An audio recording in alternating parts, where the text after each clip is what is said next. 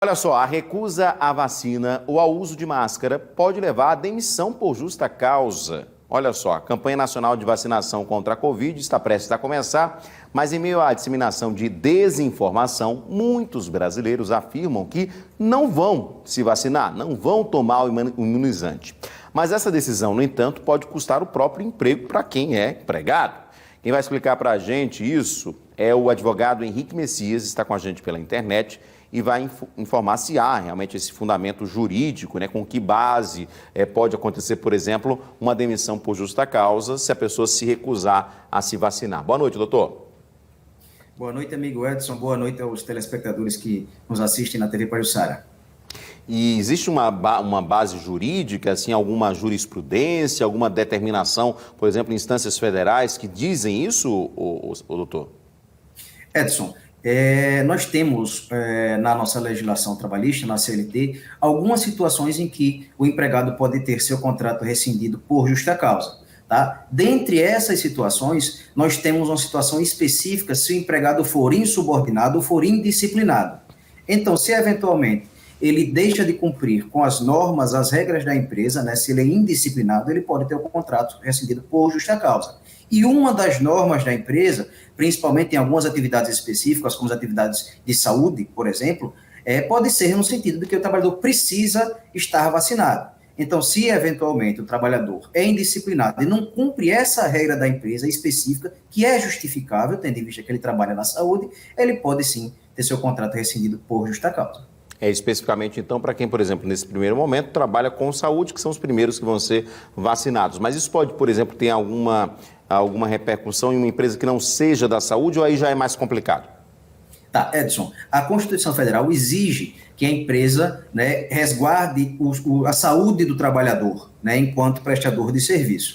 Então, no trabalho, é comum que o empregado ele tenha contato com uma série de outros empregados. Então, para evitar o contágio pelo Covid, pelo coronavírus, toda e qualquer empresa pode exigir, para preservar a saúde daquele trabalhador e dos demais trabalhadores, que ele se vacine. Se a empresa faz essa exigência através de suas regras internas e se o trabalhador não cumpre com essas regras, ele está sendo sim disciplinado e ele pode vir a ter o seu contrato rescindido por justa causa.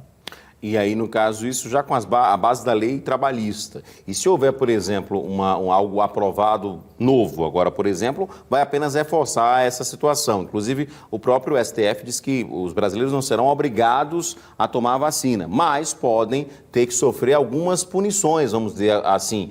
Por exemplo, o cerceamento de entrar num avião, por exemplo, de embarcar num avião. Isso tem que ser determinado pelo governo federal, pelos estados, municípios, como é que funciona? Perfeito.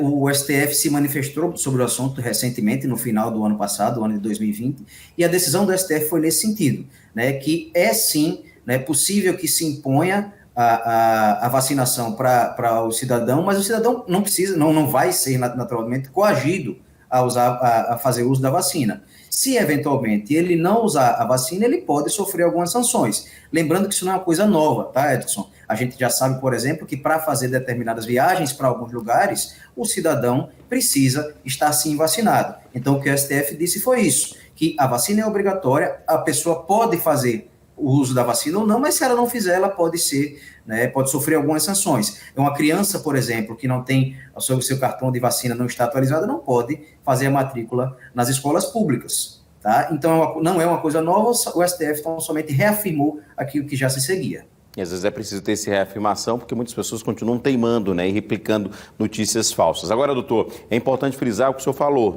Em algumas situações, por exemplo, você não pode viajar para um determinado país, por exemplo, não tomar a vacina de febre amarela, que é exigida em alguns países. Então, se você optar por viajar, você tem que tomar. Se você não quiser viajar, você não toma. Então, é a questão das restrições que podem ser, na verdade, aplicadas. Em relação ao trabalhador, é bom saber exatamente as regras da empresa para não ser realmente surpreendido, não é?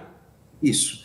Só lembrando que nós vivemos um momento único, um momento de pandemia. E a vacina, ela não se destina tão somente a resguardar a saúde daquele cidadão, daquele trabalhador, mas de toda a coletividade.